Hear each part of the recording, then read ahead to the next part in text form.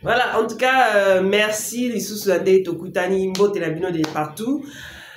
Et ça va toujours être en tout cas, merci beaucoup. Merci à ma cliente Nanganyo Swakin, Nalela Bino Fort. En tout cas, un grand merci. Alors, Somba Liboso Boyambibiso, bienvenue dans Coloris Club 84. C'est toujours un grand plaisir, un réel plaisir, hein, et on partage nos bino. Et ça, la Kabiso, bien. Alors, Lélo, Nayo Betali Solo, il y a Mixa, Éclat. Mixa, Mixa, Mixa. Voilà, à tout à l'heure, on en parle. Boutique Nabiso, ils ont la commune à Kinshasa, non loin ya Willery, na croisement Wangata, Croix-Rouge. Na immeuble Moro, ils ont centre de santé à Mani, ils ont peint en vert. Ou bien, au Bengi Biso, na 089 17 48 871. Boye Ibolamou. Voilà, alors, ceux qui m'ont liboso, boye pas la biso, soyez les bienvenus. Et ça, rabiso toujours plaisir, makasi, wana. Bienvenue encore une fois de plus dans Coloris Club 84. Les lots de solo, il y a Mixa Éclat. Mixa Éclat, tu dis que tu belé, bakoya dedans, oui, comme d'habitude. Qui ne a pas bossé, l'eau, moi, et bimiga, bam, balamoro, batunia, se faut bakoya, kuna, ok? Sans tenir compte, il y a type pour n'avoir ni couleur à peau. Mbangou kako baloba kesa ki boy. Moli mo à côté les olanda partout. Papa. Moli mo à côté la date la kaka. Voilà. Alors, les lots n'a Mixa Éclat. Voilà. Et les a trois formats. Mais le lot n'a deux formats. Bon, de toute façon, je vais mettre la photo pour un format moukier. Voilà. Mixa Éclat. O eza format mounene. O eza format ya moukier. Alors. Batewa mituna mixa. Oui. Éclat, c'est bien. Exacte que pour bakomi mixa éclat, nde etelisaka, ça n'a rien à voir. Soko moni mixa, n'importe quel mixa. La première des choses, il faut lire les ingrédients. Soko tangi ba ingrédients et ko permettre yo oyeba et salami na nini. Mais c'est juste le nom, les noms. Bah ça là les noms o izeka pour na quoi attirer bat, OK? Et ça marketing. Alors bah décider qui va ça lo mo boé, le quoi ba ebike ba africain ba linga côté là, nde ba salaki. Juste sur otali au monde que par rapport aux autres, par rapport à ya ba mixa mususu, hein? Ba suka na mixa. Tu vois? Ma commis nutrition. Par contre oyo ba koma éclat. Éclat, et nga lo bate que na bandeli sous éclat. Éclat wana ezate que au changer couleur à peau. Eza peut-être que ko décaper peau non, ça n'a rien à voir. Eza éclat. Éclat na explica bino de toute façon na ocha lien. Na explica bino éclat eza kanini. Donc arrêtez ya kokanisa toujours que eloko yo etelisaka te. Mutu soka aza pemba pakoli aza na pembe na ye. Ils ont un problème. Moutou soka za mwindo apakoli azana mwindo na eko changer couleur à peau T. OK? Voilà. Alors, next oil. Bah combien on peut bien lait de beauté satinant. OK? Soin du corps. Bah le but est que ils ont mixé pour visage. Et là soin du corps. Ils ont la huile de coco, ils ont la huile d'argan. Alors, soko ye kota ba ingrédients. Na ba ingrédients, toza na aqua, toza na paraffine, toza na huile ya glycérine, toza na huile de palme, toza na alcool, toza na cétaril, toza na glycérine. Ba ingrédients za moi ebele. Toza na shea butter is a beurre de karité. Toza na huile de coco ezali, benzyle ezali, marraine. Acide citrique, ezana kati. Alors, le quoi acide citrique est citron. Vous voyez que citron na moi ezaka compatible té. Pour ezana acide citrique. Et télisarate acide citrique ezana. Mais ce n'est pas pour échanger pour couleur à moi et moi na acide citrique et simbate.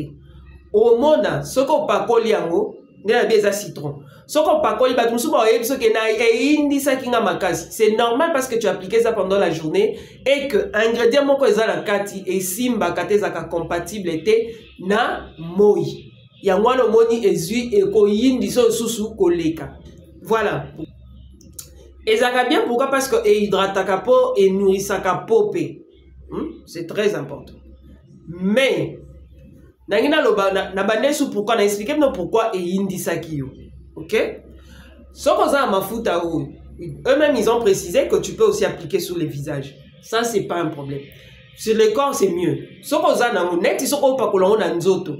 Pendant la journée, tu n'auras pas de problème pour eza kata nzoto et batami. Par contre, ce que oza pembe, il y a nature, des natures, ok? Oza déjà pembe. Ce que c'est la mixa, okoki ko accompagner ngo susu na huile o ya vitamine C. Rien que huile à vitamine C et ko bimisa isu éclat na yo. Ce que oza pembe, na lobi pemba chocoté. Po bino kozaka bokoma ko se catégoriser kota bato pembe, na lobi pemba chocoté. Pemba chocoté lo mususu. Ce que oza pembe, ya pembe.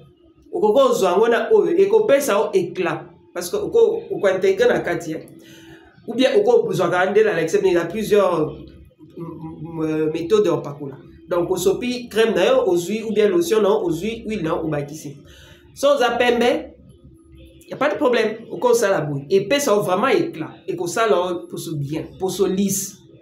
OK? Oh déjà ça va bien parce que éliminaka ba tâche et ça là bien. Par contre, soko oza mwindu lokwa ngai ou bien oza na choko na ochaka oza muta choko ochaka ba pembe wa choko. Soko ngo c'est la mixa éclat, luka huile éclaircissante, n'importe quel modèle, mais ici on a proposé bino huile à curcuma. Pour curcuma ils allaient appeler makasi. O luki huile à curcuma la yo, eza éclaircissante ou n'importe quelle huile éclaircissante, n'a précisé éclaircissante, n'importe quelle huile. Aux huiles hydratantes, il y a vitamine C. Yangoyo. Et cause un modèle, il y a 10 ou n'importe quel modèle, mais il faut la vitamine C. Ok? Au sangi si na mafuta na yo. À utiliser le soir. Ce que ça muta choko. Aux yeux au sali yango na pokwa. Au moins que oui la vitamine C et ko bimiso isu éclat makasi. O ko permettre que o garder teinte na yo. Ozala toujours na teinte wana ya bien. OK? O et faciliter hydratation et ko faciliter et enlever ba tache tina nzoto et ko faciliter et lisser au peau. Oyo et ko faciliter au garder éclat na yo. Kwa ko lo ba isute ko na pakola mixa na yindaki. Mixa éclat et a un problème non te yonde muto na problème. Pakola ngona pokwa. Na bina moite. Na pokwa oko appliquer au soki au sali mélange na avec ces deux ingrédients, tu appliques ça uniquement le soir. Tina elongi. Inconvénient zate. Mais par contre sur le sali mélange na ona oyo, olobi opakola ngona moi, oko indali susu bien pose à pembete. À appliquer uniquement le soir. OK? Koloba soute ko na indaki eko yindi sayo. Soko pakola ya pamba, soko za muntu a choko, soko za muntu mwindu. Soko za par contre ba teint caramel, bato balinga ozalaka teint caramel. Et là on y au sala, bato bazaka teint caramel, OK? Ozui mixa na yo. Ozui sérum na yo o, ya Amira. Ozui huile na yo ya palmès, OK? Oui bien. Sérum ils a bien parce qu'ils a éclaircissant, OK? Ils a éclaircissant et l'on la batache, et l'on la baride, et l'on la cerne. Et l'on l'appelle ma cicatrice, ok? Ozui osali yango au mélanger. Au côté la naote au kozalaka kana mwindu na wana, mais au kobimisa éclat. Pour oyo isa hydratante, isa lotion hydratante. Et qu'on permettre à ce que ozala toujours na mwindu na wana, mais cette fois-ci et bimisi moins éclat. Donc ba mwindu moins propre. Autant moi pa boy mwindu no isa bien, isa te ko mwindu o ya mwindu a butu te. Ba mwindo na butu anate mwindu mo oh, ça brille quoi au mona et que ça là bongo. Mais par contre soko za pembe ya choko zui oyo na bandeli huile éclaircissante na vitamine C, OK? Et que ça là yo bien makasi. Alors n'oublie pas de t'abonner, de partager et de liker. Les produits aussi sont disponibles. Soko za besoin nango ouye au sombi pana biso soko lingi soko sombi ngamo na zuna salelio mélange. OK? Alors, si on peut au lingite, au sombi, et si on somba, on aussi au sali mélange de façon dans la question, n'eni non ça la mélange aux amouindou aux apembe. D'accord? Voilà. Et là, vous s'arrêtez, vous s'abonnez, vous partagez, vous likez. Bye.